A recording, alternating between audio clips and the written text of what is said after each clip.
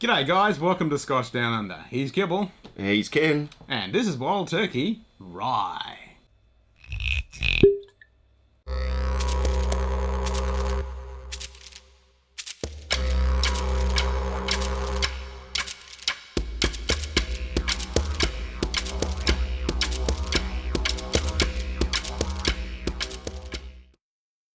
We previously just did the Wild Turkey 101. Yep. And we thoroughly enjoyed that one. We did. Yep. Yes. But Much. this is the rye version of their normal whiskey. But Yep. this is slightly lower ABV than the standard entry level. That's correct. This is 81 proof, 40.5%. Yep. And your standard Wild Turkey is 86.8 proof. Yes. So 43.4%. And I think that could be because of the rye content, because you always get a nice little bit of peppery spiciness with rye. So that's maybe why they've dropped it down a little bit. And they also do a 101 proof rye. Correct. Yep. So that's pretty much their basics. And then you go into like the Russell's Reserve and the Master's Keep, Long Branch, Rare Breed. Please make some more Forgiven. Yeah. Because I'm nearly out. I've got one bottle left. And then a bunch of others and store picks and Yeah. Lots of goodies. All right. All right. Had to throw it in there. Yeah, you gotta do it. This one's a little bit different than your 101. It is a little different. It's a bit smaller. It's got a different turkey on there. Yep. So which helps distinguish the different products. Yeah, but it's still got your typical nice bold font on there, and it's a little bit embossed, and then the label down the bottom. Master Distiller Eddie Russell's Wild Turkey Kentucky Straight Rye is remarkably balanced yet spicy. Aged longer for more character in new number 4 Alligator Char American White Oak. And I'll keep my thumb over the rest of the tasting notes. Okay, good idea. Again, there's that typical caramel vanilla. Yep. But there's a lovely toast. spice. And the char's definitely coming through. Yep, I'm getting that spicy toast. Like a fruit and raisin toast sort of thing almost. Yeah. With that little bit of that bit of caramel and vanilla sweetness. And like you said, with the 101, it's more a raw vanilla bean than a processed vanilla. But the rye doesn't smack you in the face in this at all. No. It's very subtle.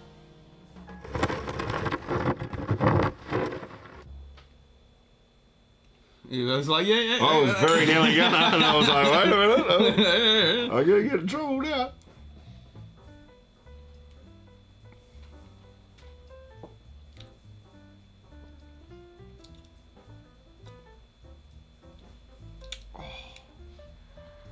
There's that beautiful balance between the sweetness and the spice, and it's just beautifully soft. It is very soft. There's a little bit of warmth there, but not much because it's a lower ABV. Yeah, it's just enough to let you know. It's not strong, unlike the 101, which gives you a lovely warming feel as it goes down. But this is very pleasant. This is not an obnoxious rye at all. Like some ryes, similar to Pete's, can really smack you around if you're not used to them. I think this is why this one sort of crops up for a lot of people again in those sort of you need to try this list and things like that, because it's just such a subtle introduction. Yep. So you get a hint of some of those typical characteristics, and it kind of makes you want something else.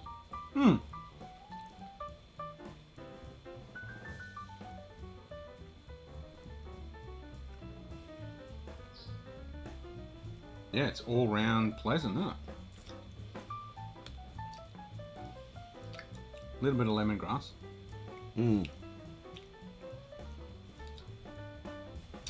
Yeah, there's still that sort of earthy, leafy. Yeah.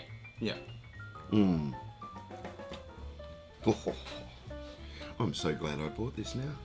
It's been a while since I've had one. Well, I can't say I've had the Wild Turkey Rye. Ever. Yeah. I can't say I've had it. I think... Actually, the Bullet Rye was the first rye bourbon I ever had. Yeah, I've had Sazerac, I've had Boyer. I had that, and yeah. I think I've had a Knob Creek Rye, and a couple others that I can't remember off the top of my head, but I know they were good at one of the tastings. Yes. Yep. I actually bought another bottle, but I have had the Michter's Rye before. Yep.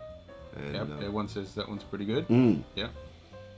And it's like for me, it's, you know, if you're a bourbon drinker, have a rye on occasion just to change things up a bit. It's like if you're a fairly standard Scotch drinker, you know, you have a cask finish now and then just to give yourself a bit more flavour and things, and get some peat. Or peat. Yeah. Yep. And some people just go for nothing but rye, which I can totally respect that.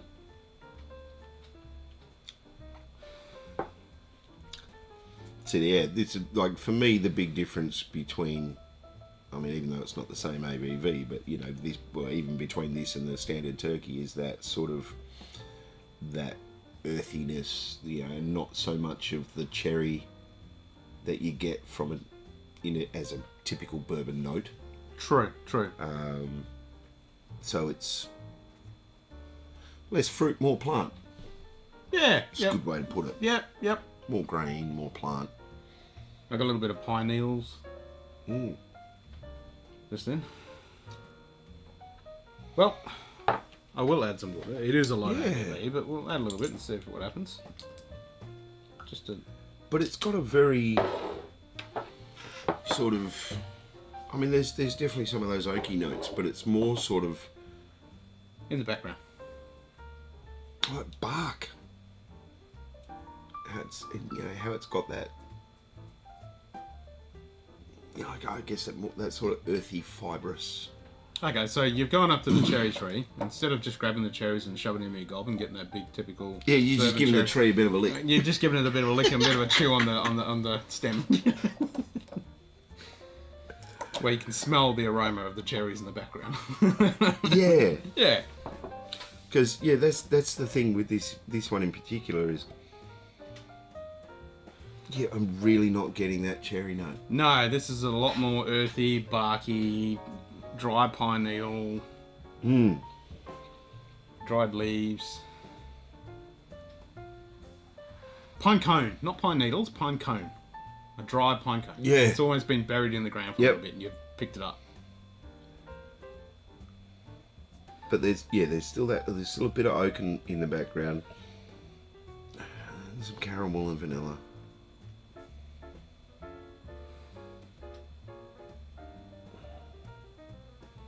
Yeah. And that bit of spice. Let's see how we did. Full rich taste, notes of butterscotch and spice. With big flavours. That's one of the most simple tasting notes. That's it? Seriously.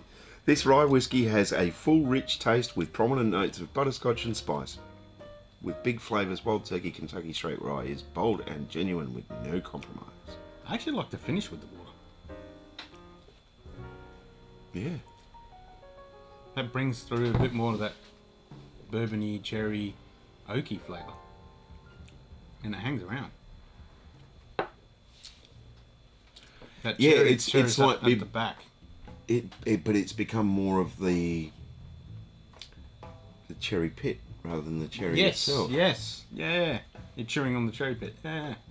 God, not something I'd recommend, but you know. No. But like, you know, you eat a cherry and then you make sure you get all the flesh off. The pit around in your mouth to get the flesh off, and you're left with that. Actually, I think a soft nuttiness almost. Yeah. But more like the shell rather than the flesh of the nut, if you will. Like a pecan or a Yeah, that type of thing. Yeah. Yep. I like it though. I do like it. It's a good quaffer. Oh, it's a great little quaffer. You can sit and sip. You could quite happily just have it on ice if you want. Maybe even a splash of dry. If you wanted, yeah. I probably wouldn't too much, but yeah, if you just wanted something in the background with just to sip on, yeah, maybe a little splash of dry. Yeah. It has, it's really softened up and become super subtle with that little bit of water. Yeah. I mean, on the palate, I prefer it neat, but on the finish, I actually like what the water's bringing. And it lingers well too. Yeah, I find it actually lingers more with the little bit of water added.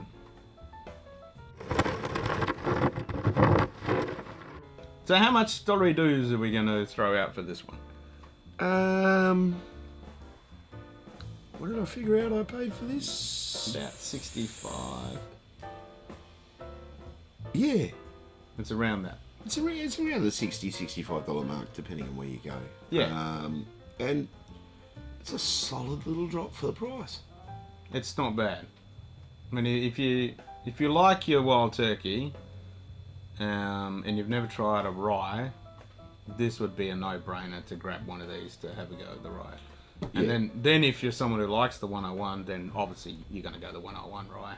Yeah, and as we've already said, it's a great introduction to rye because there's still that subtlety in it. Yeah, it's not big, bold, punchy. It'd be like to go one of those big, bold ryes would be the equivalent of like trying to get started on peat with a Lagavulin or a Lefroy. As someone who's new to whiskey. Yeah. They're either going to love it or they're going to really be turned off. So, but this one, no one's going to be turned off like that. And over the years, I've read and seen countless reviews on this where, and pretty much everyone is in agreement in that it's just a brilliant introduction to rye whiskey. So. Yeah, I agree. And it's great that in Wild Turkey's portfolio, you've got, this standard, and then you can step it up with the ABV, and then you can go with all the other expressions. And the 101 rye is a bit bolder and more colourful, a lot and more characteristic, richer, and but it definitely delivers. This is a good way to get into that. Yeah, I enjoy it. It's actually not bad. Yeah, absolutely. I mean, it's like. And for people that don't like the real rich sickness of some, like the sickly over sweetness of some bourbons, this is a really good one to jump onto because you're not getting that. It's there, but it's really subtle. It's not over. It's nicely balanced. Yeah. And not super sweet, but that subtlety factor in it is a big one. So I don't know about you, but there is that element of having had other big bold ryes that this one does leave you wanting a little more. Yeah. But as an everyday drinker, bingo, 8.5, solid every day. Stop reading my mind. I was on the same one. I was going to say exactly the same thing. Like after having some ryes and don't mind him, I don't like the really harsh, prickly type ryes. I like a good rye that's done well. But yeah, if you wanted to have something to sit back, like you say, you're going to sit down and have a steak, watch a movie, kick back, not have to think about it, not worry about you breaking the bank and you're losing a bottle that you really want to dive into. This is a really good one just to sit back and have sip.